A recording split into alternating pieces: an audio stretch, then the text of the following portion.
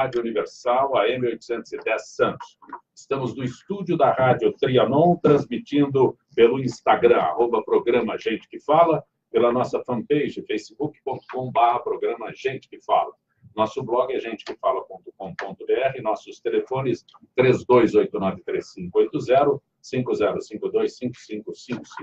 Participando desta edição de Gente que Fala, Dr. Edmo Atique Gabriel. Prazer tê-lo aqui, doutor Edmo. Prazer, Zé Copé, é uma honra novamente estar com vocês. O senhor é cirurgião cardiovascular. Exatamente, eu sou cardiologista com a especialização em cirurgia cardiovascular. Depois eu converso melhor com o senhor, porque doutora Cristiane Moraes, tudo bem, doutor? Tudo bem, prazer estar aqui. A senhora é psicoterapeuta. Isso, psicóloga. É. A senhora tem um currículo intenso, eu fico preocupado aqui em cometer equívocos. Sou psicoterapeuta há 23 anos. Né? Quase a minha idade. Trabalho na clínica também nesse mesmo tempo, sou professora, trabalho com coaching também. Também conosco, Léo Andrade, apresentador, ator. Prazer tê-lo aqui, Léo. Prazer, tudo meu, estar com vocês hoje. É um prazer. E também conosco o Dr. Maurício Rodrigues Neto. Dr. Maurício, muito bom tê-lo aqui. Obrigado pelo convite. Vamos tentar esclarecer algumas dúvidas. O senhor é urologista, é isso? Só um registro antes de conversar direto com os senhores. 5 crianças e um funcionário foram mortos nesta manhã na escola estadual Professor Raul Brasil, em Suzano, na Grande São Paulo. 2 pessoas encapuzadas, aparentemente adolescentes, entraram atirando no local. Os 2 atiradores cometeram suicídio após efetuarem vários tiros e, segundo a PM, uma pessoa que havia sido socorrida morreu no hospital. Os números são desencontrados, né? Eu li aqui que 2 pessoas, 5 crianças e um funcionário, os números são desencontrados, repito, falam em 8 crianças mortas, mais os 2 que entraram atirando. Doutor Edmo, doutora Cristiane, Léo Andrade, doutor Maurício, a gente imagina que essas coisas só aconteçam nos Estados Unidos, fora do Brasil. Alguém um dia parou para pensar nisso aqui, Léo? Eu acho que, além do que a gente vê na TV, né? Às vezes está na porta de casa, às vezes está na cidade ao lado, está na cidade de alguém que a gente conhece. Por muitas vezes pode acontecer com os nossos amigos, com a família e até com a gente mesmo. Doutor. Na verdade, a gente acha que a guerra é só externa, mas nós temos guerra dentro da nossa cidade, né? Do nosso estado, do nosso país, e esse é mais uma demonstração de um descontrole social muito grande. Doutor Maurício. É verdade, a gente pensa que isso só acontece nos Estados Unidos, mas ele serve como um espelho e a gente está tentando copiar as coisas que são ruins, né? Serve de exemplo ruim. Doutora Cristiane, tem explicação para isso? Tem, né? A gente está vivendo, acho que cada vez mais, um momento onde as famílias, né, estão muito conturbadas, existe muita agressividade dentro do ambiente familiar, né? E a cópia de comportamentos, os jovens fazem, né? Eles copiam a agressão dos adultos, né? E muitas vezes as famílias não estão tendo tempo para olhar esses jovens, né? Então, isso está em todo, acho que no mundo inteiro. Né? Aproveitar que a senhora está aqui, imagino eu, né? Eu sou um leigo e curioso, né? Como todo jornalista, que alguém assiste isso na TV, vê esse noticiário todo vindo dos Estados Unidos. Tiroteio em escola é comum nos Estados Unidos, não foi uma só vez que eu anunciei isso. E, de repente, acha que pode praticar isso aqui também? Cópia? A cópia do comportamento, né, da agressividade, que é comum nos jovens, do impulso do jovem, né? E também, muitas vezes, os conflitos familiares e até da própria cultura daquele bairro, daquela região, né? Por isso que a gente precisa estar de olho nos jovens, saber o que os jovens estão pesquisando na internet, o que eles estão fazendo, com quem estão andando. Isso não tem a ver com classe social, isso é em todos. Né? Em qualquer classe social a gente tem que estar de olho nesses jovens. Né? E prestar atenção nós adultos nos nossos comportamentos, porque a agressividade vem dos nossos modelos. Algo mais? Eu acho que o desequilíbrio emocional, atrelado ao desequilíbrio social, gera uma influência, né? Eu acho que a gente sofre influências positivas e negativas todos os dias, na televisão, na rádio, na internet, e eu acho que esse desequilíbrio social, atrelado ao desequilíbrio emocional, ele faz com que essas pessoas se influenciem mais porque é negativo. E por muitas vezes eu acho que elas nem pensam, eu vou fazer porque isso é mal. Não, às vezes é uma forma inconsciente de chamar atenção, de colocar a agressividade para fora, né? Doutor Edmo, o senhor é cardiologista, cirurgião cardiovascular. Qual é o erro nessa minha identificação? Não, está perfeito. Eu sou cardiologista, mas dentro da cardiologia, meu foco é a cirurgia cardiovascular. A gente sempre teve não sei, o conceito, acho que é isso, né?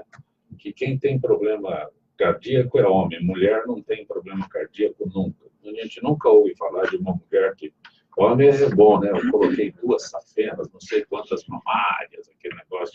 Quanto mais, né, numa discussão assim, quanto mais... Não, você colocou 2, eu coloquei 3. A gente não vê mulher com essa predisposição. Ou estou enganado? Isso está mudando. Agora nós não temos mais esse Então, privilégio. Pior. Mudando para pior. Os homens não têm mais esse privilégio de homem. Não é mais privilégio da gente, dos homens. Até nisso as mulheres estão nos superando. Já estão, lamentavelmente, estão superando. Porque o tabagismo, o etilismo, a vida estressante acomete a mulher praticamente num nível igual ou maior. Hoje as mulheres, além de cuidar da casa, do marido, dos filhos, elas têm uma atividade profissional tão intensa que as obriga a comer fora de casa, a alimentação não é tão boa, a taxa de sobrepeso e obesidade tem aumentado no público feminino, o estresse é na mesma intensidade ou até maior, porque a mulher absorve e tem, por personalidade, uma capacidade muito maior de sensibilidade às coisas, e isso resulta em doença aterosclerótica, que é esse acúmulo de gordura nas artérias, de forma pronunciada nas mulheres. Mas esses números são recentes? Na última década, pelo menos, a gente pode dizer que houve uma equiparação entre homens e mulheres. Então, quando eu disse aqui, ironicamente, que isso era um privilégio de homens até bem pouco tempo, porque a gente não ouvia informações sobre mulheres que tivessem passado por esse tipo de problema. Isso é um fato real, realmente. Mas o mundo tem mudado muito, tem se modificado. E nessa última década, esse dado é alarmante para o público feminino e, por isso, a ressalva de que as mulheres têm que procurar sempre um acompanhamento e uma prevenção, tendo em vista que elas assumem uma conotação social e profissional que as leva a problemas de saúde cardiovascular. Doutora Cristiane, esse era um índice que as mulheres não procuravam. Mas eu acho que até essa fase do empoderamento feminino, né, de querer abarcar tudo e sempre ser perfeito em tudo, né, isso também faz com que essa sobrecarga emocional repercuta no corpo. Né? Então, assim, porque as nossas doenças, as emoções são vividas no corpo. Né? Então, é onde o corpo adoece. Como emoções vividas no corpo? Toda vez que, por exemplo, eu penso, eu estou triste, né? Triste é um conceito cognitivo, mas a tristeza ela é sentida no corpo. Quando eu estou com raiva, eu sinto, onde é que eu sinto a raiva? Muitas vezes eu sinto aqui. Se eu estou angustiada, eu sinto angústia no peito. Né? Então, o nosso corpo, ele é como se fosse um para-raio de todas as sensações que a gente tem, porque as emoções são a partir dessa parte nossa sensorial. Então, o nosso adoecimento, por isso que a gente é um ser psicossomático. A soma, né? A emoção no soma, que é o corpo. Quer dizer que se eu tiver uma dor no peito, eu não preciso ir no doutor Hélio. Tu pode ir, mas tu também pode ir num psicólogo. Vai precisar dos dois, com certeza. Os dois, doutor Hélio. Os dois. Fazer um tratamento completo, de longo prazo, com os dois. Eu já fiz essa pergunta para o senhor, no caso do senhor que é cardiologista. Né? Que tipo de prevenção eu poderia fazer para evitar algum problema cardíaco? A dificuldade é que nós não temos a prevenção, né? Como a gente estava conversando recentemente. Então, na verdade, essa conscientização começa na adolescência, que você tem que ter um autocontrole emocional melhor, buscar uma inteligência emocional, muitas vezes fazer um acompanhamento psicoterápico desde cedo para suportar as adversidades naturais da profissão, da vida, né, da vida pessoal, da sua vida social, amorosa. Isso não existe, essa cultura, pelo menos no nosso país, de fazer esse trabalho preventivo nesse nível. A gente espera a consequência e aí trata com medicações, com seus efeitos colaterais. A prevenção, na verdade, ela teria que ser criada. Só vou no doutor Edmo se eu tiver, como é que é? Dor no peito, dor no braço, como é que é isso? Você acaba indo quando você tem a consequência. Dor no peito, formigamento do braço esquerdo, palidez, falta de ar, limitação para fazer suas atividades. Aí é o alerta que te preocupa. Aí sim você busca o médico, principalmente o cardiologista. E é um erro, né? Porque a gente sabe que esse é o caminho final, é a reta final do processo. A gente deveria buscar quando a gente não tem nada. Deixa eu aproveitar esse momento. Eu acho que já fiz a colocação para o senhor mas circula pelas redes sociais, WhatsApp, que quando você está com uma dor no peito, quando você está com isso, esse quadro que o senhor descreveu aí, formigamento no braço, eu devo tossir. Você já viu isso? Já. Isso é muito comum no consultório, o pessoal perguntar se deve tossir ou tomar água gelada nesse momento. Água gelada? Água gelada também. É que, na verdade, o que acontece? Tossir você já ouviu. Tossir é muito comum, mas é uma questão popular. Orientação de que se eu tossir, eu melhoro, vou fazer a desobstrução da artéria.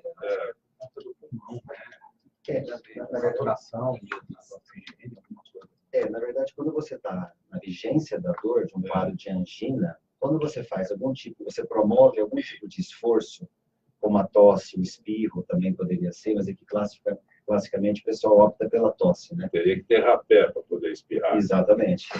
Ou você toma algum líquido Eles muito... não sabem o que é rapé.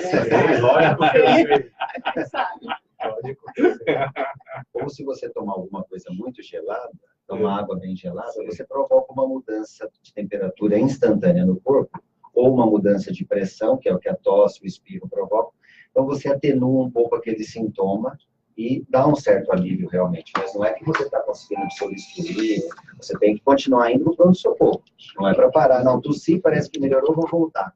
Vou virar aqui à direita e volto para casa. Você tem o caminho, né? Exatamente. É para você vai tossindo no caminho. Vai tossindo no caminho. Vai provocando uma atenuação do sintoma, né? Doutor Maurício Rodrigues, no caso do senhor urologista, tem prevenção? O que eu posso dizer que seria prevenção na tua área específica?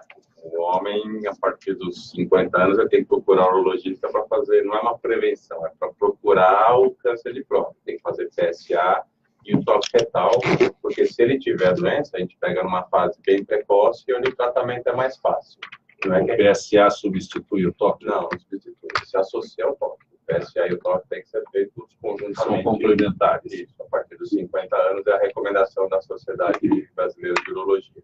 Se você tiver antecedentes familiares, um pai, um tio, um avô que tiveram câncer de próstata, aí você começa 5 anos antes, começa com 45 anos. Estou chegando aos 50 anos. Faço 50 anos, vou procurar o Dr. Maurício, ou tem algum sintoma que eu veja, assim, no caso do Dr. Edmo, eu já sei que se eu tiver uma dor no peito, eu vou correndo lá, se eu conseguir correr, né? Então, o câncer de próstata ele não dá sintoma. O que dá sintoma é o crescimento benigno da próstata, que dá dificuldade para urinar, o jato fica todo homem tem. Não todos os homens vão ter, a partir dos 50 anos, uns 20, 30% dos homens vão ter ao longo da vida, quando a próstata começa a crescer. Mas é isso que eu falo. A próstata começa a crescer, todo homem vai ter o crescimento da próstata. Agora, se vai dar sintoma ou não, isso que a gente vai ter que acompanhar. A maioria não tem sintoma nenhum. Mas a prevenção do câncer é obrigatória, porque independente de sintomas, os exames têm que ser feitos anualmente. Tem aqui a informação que o senhor trabalha com isso, a reposição hormonal. Da mesma forma, como perguntei para o doutor Edmo, eu imagino que a reposição hormonal é só para a mulher. Na verdade, não é. O homem não é que nem a mulher que tem a menopausa e para de produzir hormônio. A gente não deve chamar de andropausa, porque não é todo homem que vai ter isso. Cerca de 20% a 30% dos homens, a partir dos 50 anos, eles têm uma redução da sua produção hormonal. Isso pode levar a sintomas como perda de libido, sudorese noturna, fica mais irritado, se sente mais cansado. E esses sintomas que podem ser confundidos com várias outras doenças, e às vezes ele esquece de pensar que pode ser um déficit de testosterona. Na mulher é menopausa, no homem é o que é? Distúrbio androgênico do envelhecimento masculino. É um nome muito complicado que a sociedade inventou e chama DAEM. Então, que nome bonito. Pode repetir, Fred? Distúrbio androgênico do envelhecimento masculino. Andropausa, o que é? Andropausa seria a parada total da produção hormonal. E o homem não tem isso. A mulher tem, o homem não tem.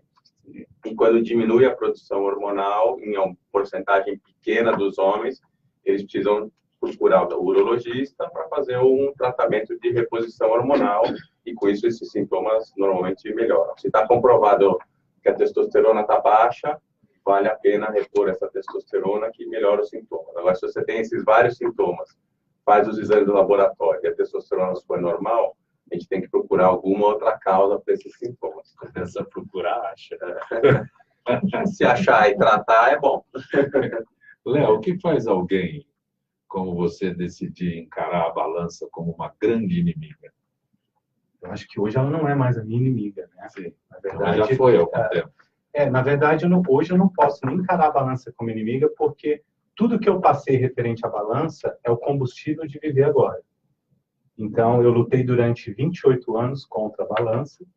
Eu me vi aos 38 anos hipertenso, diabético, cardíaco, com fígado comprometido, alcoólatra, depressivo e ia fazer cirurgia em 3 lugares na coluna. São 28 anos tentando emagrecer, 15 anos frequentando spas. Tudo que vocês possam imaginar. Pode repetir tudo isso que você... Posso. O doutor Ed e o doutor Maurício estão fazendo... Como é que chama? Anamnese? Anamnese. Os antecedentes. Exatamente. Mas eu tinha só esses quadros. Eu cheguei aos 38 anos, eu me vi num momento da minha vida que eu falei, e agora, o que eu vou fazer? Como é que eu vou chegar nos 40? Continuo do jeito que eu tô, fingindo a felicidade, né? Aí a gente se joga na comida, se joga na bebida, né? Finge, mascara aquela felicidade e vamos embora. Quando eu falo em briga com a balança, você atingiu um volume muito elevado? Eu cheguei a 127,5. E aí, quando eu decidi fazer a cirurgia bariátrica, eu emagreci um pouco e operei com 121. Sim. Né? Mas esse caminho até a cirurgia bariátrica, eu passei por cardiologista, eu passei por endócrinos e nutrólogos que conseguiram me apoiar na parte hormonal. Eu comecei a fazer tratamento psicanalítico 3 meses antes e continuo até hoje. 3 meses antes da cirurgia. Da cirurgia, porque eu precisava me preparar. Eu não podia preparar só o meu físico. Onde você foi primeiro? Quando eu perguntei para o doutor Edmo e do doutor Maurício, né, o que provoca, o que eu tenho, me acende a luzinha que eu devo procurar um dos dois. Onde é que a luzinha acendeu aí? Na verdade, essa luz sempre esteve acesa, né? O problema era a intensidade dela. Porque são 28 anos tentando emagrecer. Minha primeira dieta foi com 10 anos de idade. Então, você imagina, eu frequentei spa há 15 anos, eu fiz todas as dietas possíveis e impossíveis, fiz atividades físicas demasiadas que colocou a minha coluna em risco, né? Mas você não tinha uma orientação para praticar esporte? Eu tinha toda a orientação possível, mas eu não estava preparado para aquilo que deveria ser feito. Eu sempre tive. Então, é por isso que eu falo que o apoio psicológico é o mais importante. Porque eu coloquei balão em Pragácia, eu tinha a melhor equipe. Eu escolhi a dedo a pessoa. Só que a hora que o balão foi colocado em mim, eu não estava preparado para aquilo. O que faz esse balão? O balão, ele ocupa grande parte do seu estômago e aí você não consegue ingerir aquele volume de alimentos que você ingeria antes. Mas no meu caso, no primeiro tempo foi muito bom. Depois, não o balão se adaptou? O balão praticamente se tornou uma parte do meu corpo. Na verdade, era um feto, né? Porque ele ficou quietinho ali, o estômago foi aumentando de tamanho, eu não tinha mais, né, então, aquela liberação hormonal. Praticamente se incorporou. Mas o mais importante do preparo psicológico foi se eu não estou preparado para mudar de vida, eu não estou preparado para bariátrica. De que adianta eu fazer uma cirurgia que eu vou correr o risco de vida, eu vou tirar 80% do meu estômago, 30% do meu intestino, eu não vou ter mais aquela absorção de micronutrientes, eu não vou ter mais aquela liberação hormonal, e eu vou continuar com os mesmos hábitos que me levaram até esta cirurgia? Por que a pessoa, quando quer mudar de vida, ela quer continuar com os mesmos hábitos? Eu gosto de brincar assim, se você pega, investe seu dinheiro nesse fundo de investimento e ele te rende prejuízo, vou tirar daqui e vou investir num igual. Então, a minha saúde, a minha vida, era o maior e único investimento que eu tinha ali na hora. E a cirurgia bariátrica era a última opção. Eu já tentei de tudo. Que é um erro muito grande de vários pacientes que às vezes me mandam mensagem. Eu vou fazer bariátrica. Obrigado por você ter me dado todas as dicas de médicos. Tal. Eu falei, mas quantas vezes você tentou emagrecer? Nenhuma. Você já fez dieta? Nenhuma. Você já tentou outros procedimentos? Não. E você vai partir para o drástico. Correr risco. Que a busca pelo imediato também, né? Pelo resultado rápido, né? E aí é o que eu falo. O dia que eu deixei de querer ser magro foi quando eu emagreci. Porque aí eu estava na busca da saúde, eu estava na busca de sobreviver. Eu jamais imaginei chegar aos 40 anos do jeito que eu estou agora. Tem médicos que olham para mim e falam assim, não, você não fez bariátrica. Eu falo, por quê? Porque ninguém tem esse cabelo que você tem com bariátrica. O que você fez? Eu falo, sabe o que eu fiz? Seguir o protocolo. Só isso. Não tem que inventar. Por que a referência ao cabelo? Tem alguma? Tem, doutora? Existe uma perda muito grande na capacidade absortiva do organismo, né, com a cirurgia bariátrica. A gente tem uma deficiência de vitaminas, de selênio, de zinco, uma série de substâncias que são úteis para manutenção de unha, cabelo, pele e assim por diante. Então, por isso que o que o Léo falou procede. Você deve, inclusive, ter suplementado, né? Muita suplementação. E isso, essa deficiência de micronutrientes não é só por conta da nossa absorção do organismo, é por conta do volume da quantidade que a gente ingere também. Hoje, a maior briga que eu tenho para poder conseguir o meu aporte calórico versus a intensidade de atividade física. Eu tenho 2 anos e 6 meses que eu operei, eu já ganhei 9 quilos de massa magra. Para um paciente bariátrico, praticamente assim, você leva para um médico e fala, nossa, o que você está fazendo? Não estou tomando hormônios, não estou fazendo nenhum tipo de uso. É alimentação e suplementação. Exatamente isso. É protocolo.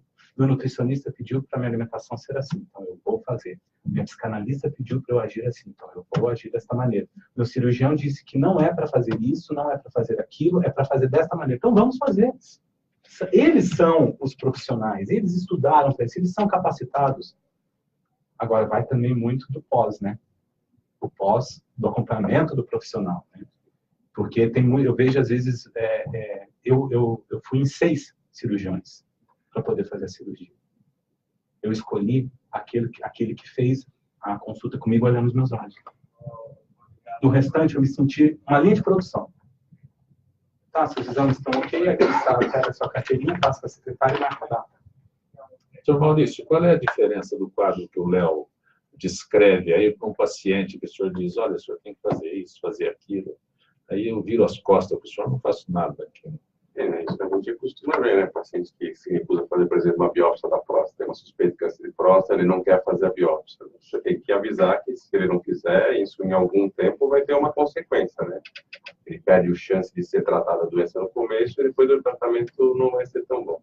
E aproveitando, observando, o paciente que faz cirurgia bariátrica aumenta a chance de ter cálculo renal. A gente tem observado bastante isso. Então, pacientes pós-cirurgia bariátrica tem que tomar bastante líquido para evitar tomar cálculo. Que tipo de líquido? Tem isso também. A água é o mais fácil, né? Está em todo lugar, você pega fácil, mas assim, a gente não... suco natural é água, né? Quando eu faço a pergunta, o doutor Edmo fica... Já fica inconformado. Que tipo de líquido, doutor? Você está pensando, né? Café. O mais engraçado é que, assim, não, café também, que 90% dos pacientes bariátricos são viciados em café. São viciados em café. E, assim, 70% desses 90% só conseguem consumir água. Não tem mais o paladar para as outras coisas. Só que, infelizmente, a gente ainda encontra uma grande porcentagem dos pacientes bariátricos que não se prepararam e se tornam alcoólatras. Pedir a gentileza Mas como dos uma senhores. compensação, né? Pedir a gentileza dos senhores para conversar com a doutora Ciomara Catalã. Doutora Ciomara, boa tarde. Boa tarde, professor. Boa tarde a todos. Doutora Ciomara, a senhora é dermatologista. Acne na mulher adulta é frequente? Pois é, acne na mulher adulta é mais frequente do que a gente pensa, sabe? Pode acontecer de 2 formas. Na verdade, você pode ter aquele adolescente que continua tendo acne também na idade adulta, ou aquela mulher que, a partir dos 25 anos, a gente considera que o paciente entre 25 e 40 anos, passa a desenvolver esse quadro de acne. E é muito chato, né? É uma coisa muito incômoda na mulher de vida geral. Mas teria uma causa específica, doutora Ciomara? Pois é, se a pessoa tivesse um componente hormonal. Algumas dos pacientes têm, mas a grande maioria não tem uma correlação muito óbvia, muito direta com as alterações hormonais. Provavelmente, alguma sensibilidade exagerada ao hormônio e não está necessariamente aumentada, né? Então, existe aquela sensibilidade de otário, né, que tem um hiperandrogenismo, né, esse excesso de hormônio masculino, que leva ao aparecimento da acne.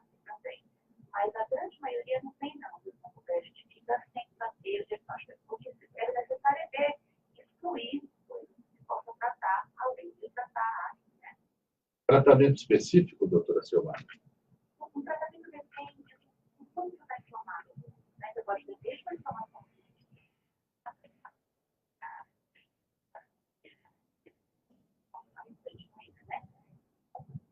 medicação específica no ar. A gente usa bastante anticoncepcional e os tratamentos sofrem. Pode subir até esse mais forte que eu te falei. Aí na dependência do grau em que se apresenta. Mas tem um controle razoável. Cura é uma palavra muito complicada, quando a gente não conhece a causa da patologia, né?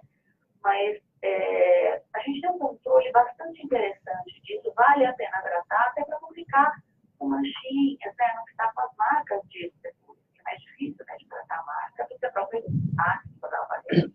Doutora Silmara Catalano, agradeço mais uma vez sua gentileza com o nosso Gente que Fala. Uma boa tarde, doutora Boa Silmara. tarde para vocês, eu que agradeço. Um abraço. Você está acompanhando o Gente que Fala. Estamos recebendo... Não? Estamos recebendo hoje o cardiovascular Dr. Edmo Atique Gabriel, também o apresentador, ator Léo Andrade, o urologista Dr. Maurício Rodrigues Neto e também a doutora Cristiane Moraes Pertuzzi, que é psicoterapeuta. Doutora Cristiane, quando se fala em violência doméstica, é comum, é um termo que hoje ficou banalizado, qual é a a violência doméstica sempre existiu, né? Então, são características de comportamento que perpassam de geração em geração. Então, elas geralmente são questões bem transgeracionais, assim como qualquer padrão de comportamento aditivo, como o álcool ou qualquer outro tipo de comportamento que seria compulsivo, vamos dizer assim, nessa ordem. A violência também é um padrão compulsivo que passa de geração em geração. Vou fazer uma pergunta que pode parecer um absurdo, mas o que é uma violência doméstica?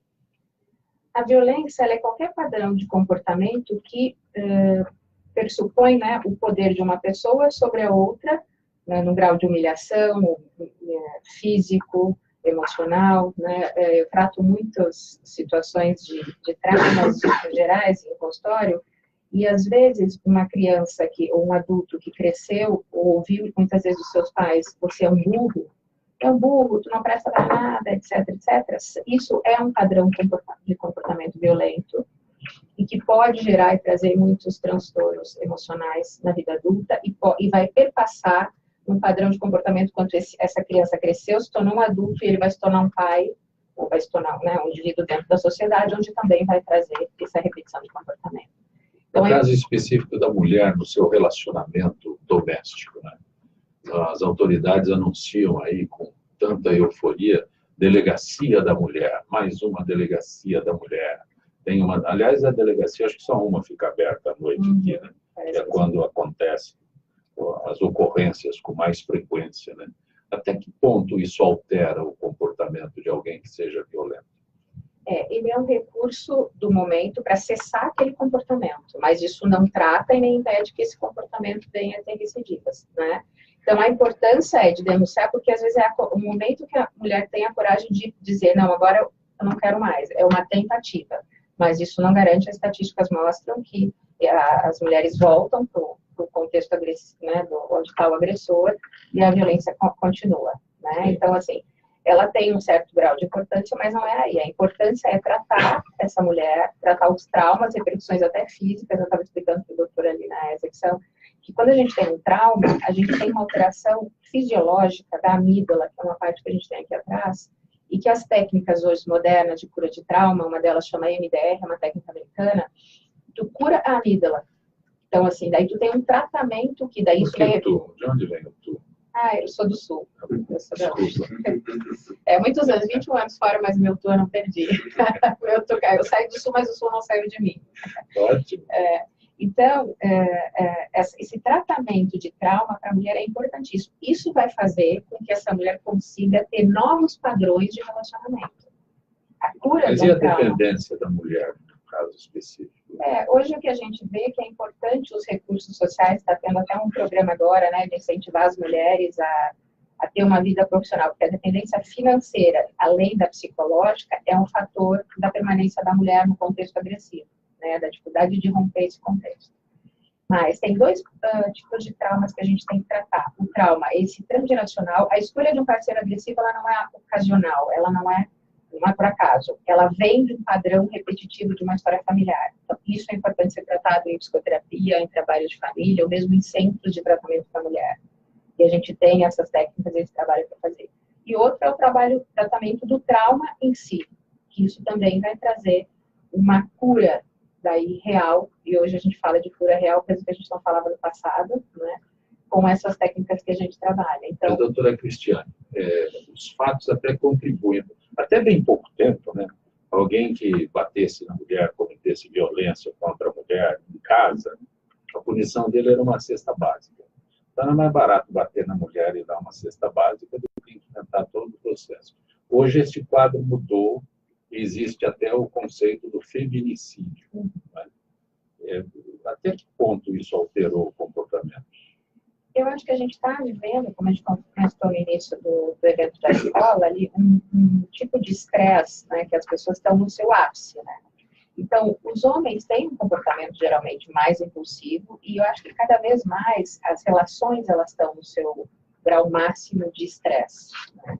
Então, essa agressão externalizada, ela é fruto disso que a gente está falando dessa sociedade, né? Mas sempre existiu. É que antes existia também o padrão de agressividade e violência, ele tem um padrão que a gente chama que é um padrão de segredo. Né? Então, assim como o trauma de violência sexual, ele é sempre mantido um segredo familiar. Ninguém fala, ninguém se mete. Então, isso, durante muito tempo, é o que impediu a gente ter as notícias que a gente tem hoje, né? Hoje já não, as coisas estão tão no ápice que primeiro está extrapolando, todo mundo está, né, as pessoas estão matando, literalmente, o tempo todo, e daí hoje a gente consegue ter talvez um alcance maior da realidade, mas isso sempre existiu. É que o padrão de violência, ele costuma ter uma relação com o segredo familiar. Léo, você ministra palestras sobre motivacionais para quem, como eu, queira perder evaporar alguns quilos. Jogar fora. Jogar fora.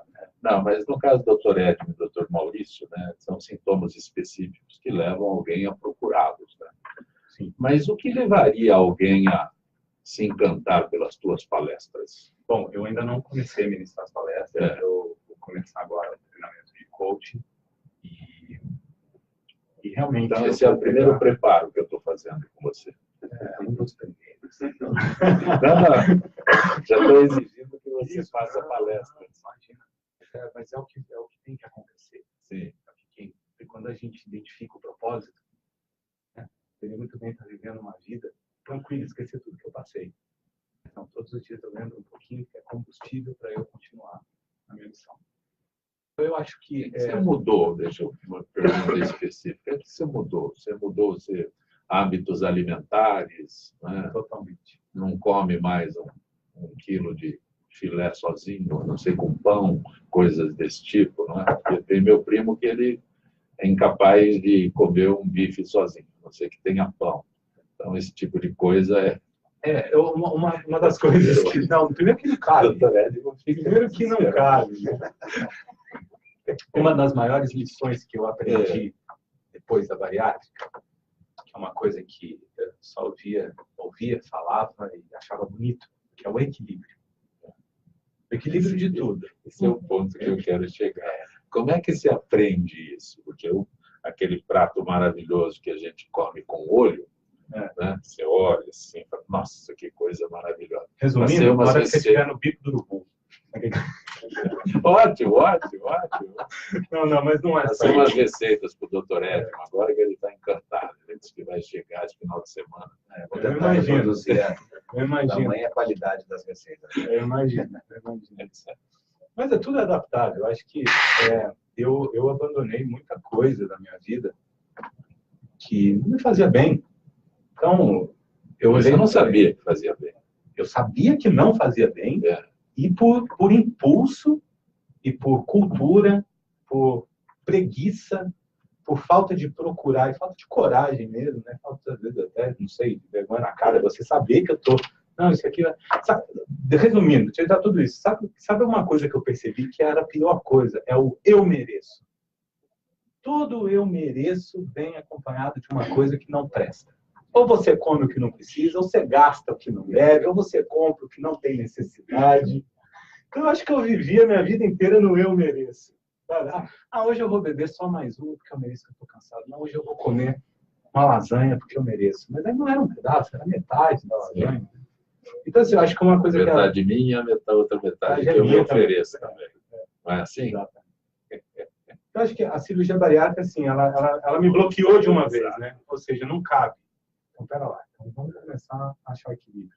Acontece isso, da pessoa não conseguir mais, depois que faz uma bariátrica, não conseguir mais ingerir alimentos. Sim, claro. Primeiro que o seu paladar muda, coisas que você adorava, você passa a não gostar mais. O paladar muda, a digestão muda. Então, assim, tem alimentos que eu como açúcar, que eu desenvolvi uma síndrome que chama dumping, que é uma síndrome causada por conta do trânsito do alimento do estômago para o intestino. Como a gente não tem muita a digestão daqueles ácidos, a absorção é feita imediata toda no intestino, e aí dá um desequilíbrio hormonal, dá desmaio, dá vômitos, inclusive irritabilidade. Então, se eu como açúcar, eu chego até estágios de desmaio, dependendo se eu ingerir algum alimento com termo que as pessoas usam para isso, como é que é? Quando eu não um piti lá que eu fico fora de... Não é isso, doutor Ed? Como demais? Como se fosse uma hipoglicemia, ou no caso, como o Léo falou, existe uma má absorção e o alimento passa muito rápido e ocasiona uma série de alterações hormonais e metabólicas, com vômito, diarreia, alterações de humor, uma série de coisas. Por que quem faz bariátrica zera a glicemia, diabetes? Porque boa parte do diabetes é causada pelo que nós chamamos de resistência à insulina. A insulina é um hormônio nosso, produzido pelo nosso pâncreas. Isso é normal para todos nós. Quando nós estamos muito obesos, a gordura corpórea em excesso provoca uma resistência da ação da insulina no nosso corpo. Então, a insulina não agindo, o nosso açúcar não é digerido. Então, acumula muito açúcar e a gente desenvolve o diabetes. Com o emagrecimento, automaticamente você volta a ter eficiência metabólica para digerir o açúcar.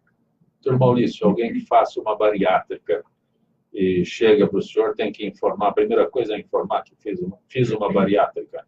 A bariátrica faz parte da história, né? A gente vai tirando a história, sempre pergunta, fez alguma cirurgia, não fez, e informando a bariátrica, a gente já fica mais atento a alguns detalhes. Isso aí o que deve ser muito comum, eu escondo informações, não vou dizer que eu minto, eu omito informações. Mas se você vai no médico, vai no médico é com a intenção de se tratar, então você não pode esconder nada, né? Se perguntou, tem que responder, porque senão não tem sentido você ir no médico. Mas não é assim que acontece. Não, a maioria das vezes, se ele está procurando, ele não vai esconder cirurgia, os sintomas. A maioria das vezes, acho que não acontece isso. Eu teria que umas 2, 3 vezes para eu conseguir fazer eu falar. É só levar a esposa junto, que ela conta tudo. Quem conta? O paciente ou a esposa? A esposa conta tudo. As mulheres devem ser, né? Pois não, né? O que eu tenho de seguidoras que não fizeram bariátrica, não são obesas, mas me seguem por conta dos maridos, dos filhos. É impressionante, o número é muito grande. A mulher é muito cuidadora, né? A mulher tem esse papel social de cuidar, né? Então, ela fica com pega essa responsabilidade cada vez mais. Esse é o cúmulo cada vez mais de responsabilidade, né? E, na verdade, cada adulto deveria cuidar de si, né? O marido não é tão responsável assim. Como é que faz? A gente corre riscos, né? Quando o marido não é responsável. Você fez a sua parte. Né? A gente corre riscos, ou a gente avisa ele, né? Doutor Ed, uma Marta de Santo Amaro pergunta o que é colapso nervoso.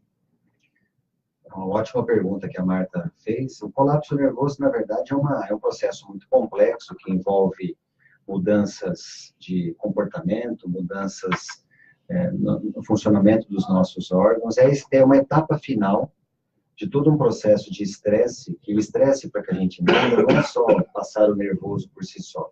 Na situação de estresse, nós temos uma descarga hormonal muito grande na circulação sanguínea, principalmente de 2 hormônios, que é o cortisol e a adrenalina. E como consequência disso, nós temos a batedeira, o suor frio, a palidez, a dor de estômago e assim por diante.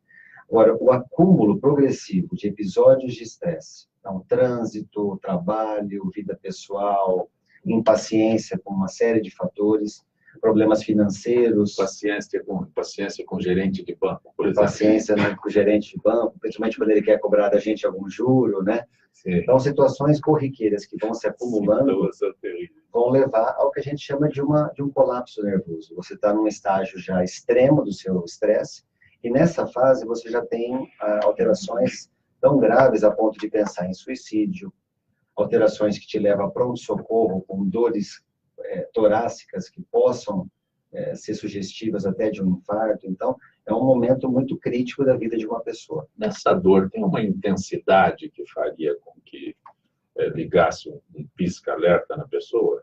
Sim, quando essa dor ela tem uma durabilidade acima de 30 minutos e uma intensidade, normalmente a gente pede para a pessoa dar uma nota de 0 a 10 para ficar mais fácil. Quando ela atribui nota de 7 para cima a essa dor, e também essa dor prolonga-se durante muito tempo, mais do que meia hora, é um sinal de alerta. Mais do que meia? Uma meia pessoa hora. Com mais de meia hora? Uma pessoa com é um mais... super-homem, gosta de sofrer. Exatamente. Quer dizer, se a pessoa está mais de meia hora tendo esse mesmo grau intenso de dor, a qual ela atribui uma nota aí 7, 8, 9 ou até 10, ela tem que rapidamente procurar o pronto-socorro, porque é diferente de uma dor torácica muscular, de um desconforto por uma má posição, onde a dor não tem tamanha intensidade e não dura tanto tempo. Doutora Cristiane, Marcela de Santos, ela nos acompanha através da Rádio Universal em Santos, pergunta sobre o spray nasal liberado nos Estados Unidos para tratar depressão. É um estudo novo, recente, que saiu, né? E que imagino que faça toda como uma alteração aqui, né, cerebral, né? Deve trazer uma anestesia, talvez. Uma absorção boa, né? Uma absorção mais rápida. Pelo nariz absorve rápido. Então, mas o que eu estava complementando essa questão, assim, né, de depressão, que eu vejo também, que eu trabalho muito no meu consultório, quando o paciente chega, eu pergunto muito sobre o padrão de sono, né? Porque um padrão de sono alterado, a maioria das pessoas hoje tem há muito tempo, então falando assim, né, há muitos anos com esse padrão de sono alterado, isso por si só já é vamos dizer assim, um indício, né, um sintoma de uma saúde emocional muito alterada, padrões de ansiedade. Que é um padrão de sono? Tu tem que ter um número, né, os médicos podem anunciar, mas assim, um número razoável de horas de sono, onde tu tem um processo de sono REM, sono profundo e o sono reprocessador. Quando tem essas pulseirinhas que a gente está usando, todo mundo está usando hoje em dia, é interessante, né? Eu estou tendo essa experiência, onde tu consegue ver quanto tempo tu tem de sono profundo, quanto tempo tu tem de sono leve, quantas horas tu tem microacordares, né? Então, hoje eu peço para os meus clientes todos fazerem uma consulta no otorrino para avaliar padrão de sono, porque tem pessoas que chegam com sintomas de depressão, ansiedade, pacientes hiperativos, que têm um padrão de sono. Esse é o quadro que ele descreveu, que o Léo descreveu.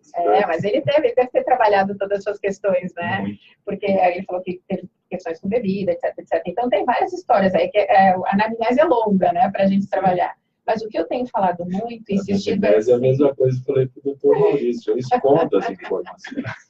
Mas a gente vai sabendo como buscar, né? Às vezes, a pessoa fala... o corpo fala.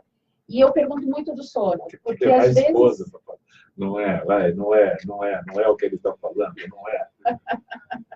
Mas o padrão de sono, ele é um indício grande de saúde emocional. Eu até brinco, assim, vamos cuidar. Às vezes, tu quer falar para tratar a depressão, tratar a ansiedade, mas o sono não vai direto. Então, tu faz assim, vamos tratar o sono primeiro, porque tu já tem uma melhora significativa de humor, de qualidade de vida. Consultar o doutor Edson para ele me dizer o que é um padrão de sono? Não, acho que não, né? Eu poderia te ajudar dizendo que 6 horas de sono contínuos, sem acordares, é o que se considera hoje como um sono reparador. Tanto para prevenir a obesidade, que o Léo aí está trabalhando muito, mas sobretudo para a função cardíaca. Se a pessoa não tiver 6 horas contínuas de sono, isso é um trabalho recente que saiu, ela não consegue emagrecer, por melhor que seja a terapia que ela esteja fazendo, inclusive se ela tiver pós-cirurgia bariátrica, ela não tem a manutenção adequada do peso, se o sono não for de pelo menos 6 horas. E para a função cardíaca, para prevenir hipertensão, arritmia e evitar o colapso nervoso, tem que ter 6 horas mínimas de sono. Tem alguma orientação para isso, doutor Montes? Antigamente era 8, né? Então, que a gente Por isso observa... que eu estou falando, tá? Eu nem perguntei se ela vai falar de 8 horas para dormir, eu já estou preocupado. Eu gostei mais do doutor Edson, 6 horas tá bom. 5 horas resolve? Não, 6 horas. Vamos seguir o que o estudo protocolo, né? Às vezes o que acontece nos pacientes prostáticos, né? Eles acordam muito à noite para urinar. Então, você acaba levantando algumas vezes para urinar, você para o sono não é contínuo, e no outro dia eles acordam cansados. Então, uma das principais queixas dos pacientes é no Parece que quem tem diabetes também tem esse problema. Por aí produz mais urina e também acaba acordando por aí. Então, a gente tem que tratar, se tiver problema prostático, tratar para ver se consegue diminuir o número de vezes que ele urina à noite. E as repercussões são grandes, porque quando tu não tem essa qualidade do sono, tu tem alteração da memória, alteração do humor, então tu tem toda uma alteração fisiológica e psicológica completa, né? Então isso é uma coisa que eu sempre falo que é importante. Doutor Maurício Roberto, em São Vicente, o que ele diz aqui que a raça negra é mais sujeita ao câncer de próstata? É verdade, Isso é verdade? estatisticamente isso é verdade. Nos Estados Unidos, os afro-americanos, isso é comprovado. Eles têm uma chance maior de apresentar câncer de próstata. Aqui no Brasil, as estatísticas ainda são piores, mas aparentemente a gente tem observado que isso é A verdade. pesquisa no Brasil é meio... A gente tem os dados, mas os dados aqui não são tão confiáveis. Lá eles têm dados bem confiáveis, isso é demonstrado. O afro-americano tem uma incidência maior de câncer. Alguém que o procure com uma pesquisa, aí se eu pergunto, impotência, o cara não tem. Não tem, não é confiável uma pesquisa dessa no Brasil. O cara costuma esconder, né? Esse sintoma, conta pro médico. Costuma esconder esse sintoma. O câncer, na verdade, é uma estatística, né? Você tem a biópsia, tá? Isso é mais fácil de você mostrar, né? Agora, coisas subjetivas são difíceis. Léo, a Denise da Aclimação, em que medida a força de vontade contribuiu com o seu tratamento? Ela poderia evitar a cirurgia? Bom, primeiro, eu acho que deveria procurar aí um profissional, um nutricionista, um endocrinologista e verificar como está o organismo, né? Acho que foi... Quantos médicos quais as especialidades que você procurou antes de se decidir? Você falou que foi em vários médicos. Sim, não, esses vários que eu fui em 6 cirurgiões para decidir com quem eu iria fazer cirurgia. Perfeito, mas antes foi cardiologista, psicanalista, cardiologista, endócrino, nutricionista, um fisioterapeuta e um preparador físico. 5 especialidades. 5 especialidades. Você não gostava de um, passava para o outro? Não, esses estão comigo até hoje. O que eu não gostava, o que eu fui em 6... Perfeito, essa parte. Mas essas pessoas foram as pessoas que me estruturaram para poder chegar e entrar na cirurgia bariátrica da maneira perfeita. Mantém hoje fisioterapeuta, endócrino, cardiologista, tudo isso. Faço exame de sangue de 3 em 3 meses. 3 em 3 meses? 3 em 3 meses. Quanto tempo eu preciso fazer um exame de sangue? Pelo menos uma vez por ano, né? Sim. Doutor Edmo, o senhor receita, estão ficando complicado aqui. Porque senão eu vou de uma vez por ano, aí cada 6 meses o senhor me passa um, e ele me passa outro, é isso? No caso dos cardiopatas, ou quem tem propensão, pelo menos semestralmente é melhor. Qual a contribuição do eletrocardiograma? A Luciana das Perdizes pergunta, doutor Edmo. O eletrocardiograma, se ele for um exame de repouso, aquele que a gente deita, coloca os eletrodos sobre o tórax, ele é interessante para você ter uma avaliação indireta do coração, não te dá muitas informações específicas, mas dá uma noção da característica do coração, se ele está um pouco aumentado, se não está. Eventualmente, na hora da dor aguda no peito, aquela dor suspeita, aí sim é interessante fazer o eletrocardiograma no momento da dor, que ele pode retratar para o cardiologista que está ocorrendo um infarto. Mas a dor é em casa, como é que ele faz um eletro no momento da dor? É que, na verdade, dentro das primeiras 6 a 12 horas do início da dor, o eletrocardiograma ele tem uma validade muito grande, porque é um período onde ele consegue retratar indiretamente um infarto que possa estar acontecendo. Então, a validade do eletrocardiograma seria essa. Agora, existe o teste ergométrico, que é o eletrocardiograma dinâmico. Você corre, você trota um pouco na esteira. Esse é mais para você avaliar a tua condição física e preparar para eventuais atividades físicas e assim por diante. Doutora Cristiane, o Emerson de Osasco, um exame psicotécnico pode detectar desvios de conduta, problemas patológicos? Ele pode dar, conforme está sendo feito, eu nem sei atualmente como é que está aqui na nossa legislação brasileira, todos os testes que estão sendo usados, mas ele pode dar indícios de alguns traços de distúrbio emocional. Agora, a forma como tem sido conduzido, o quanto tem se utilizado isso, né, para poder proteger, vamos dizer assim, as pessoas no trânsito, né? Isso é também, de novo, uma longa distância. Ô, Léo, nem sei se você pode responder a Gabriela de Santana. A pergunta dela é interessante. Por que a bariátrica não funcionou com o Jô Soares? Bom, primeiro a gente precisa saber qual técnica ele fez, né? E como está a saúde dele, se desenvolveu algum transtorno, se ele seguiu certinho os protocolos a serem seguidos. Porque, como eu falei do açúcar que eu desmaio, mas se todos os dias eu inserir uma dose de açúcar, passar mal todos os dias um pouquinho, chega uma hora que o organismo vai falar, pô, peraí, acho que eu vou ter que aceitar esse açúcar então, e eu vou voltar a comer açúcar. Então eu acho que, não sei se a do Jô Soares deu certo, não deu, se ele emagreceu, se ele se curou de alguma enfermidade, mas isso precisaria avaliar com os médicos dele, desde o procedimento até se ele seguiu os protocolos. Doutora Cristiana, a senhora morou no exterior durante um bom tempo.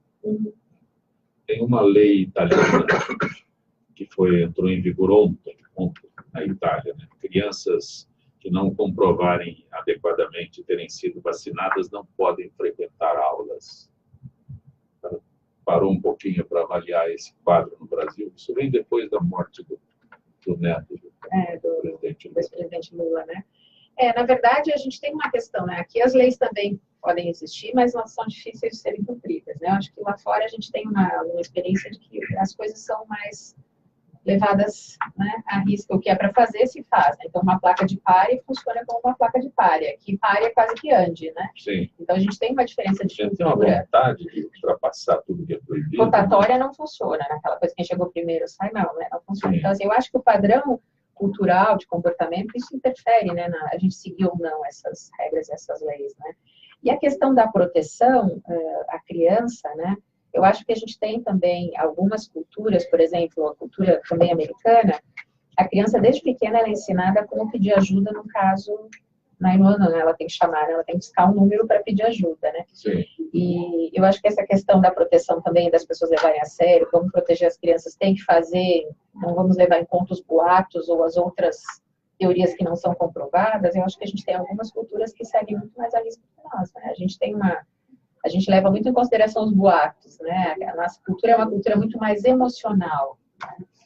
As culturas racionais, elas levam mais a sério o protocolo, né? Então, a cultura americana cria protocolos para tratar e mensura os resultados desses protocolos. A nossa cultura latina e a cultura mais emocional, a gente tem uma dificuldade de seguir os protocolos, né?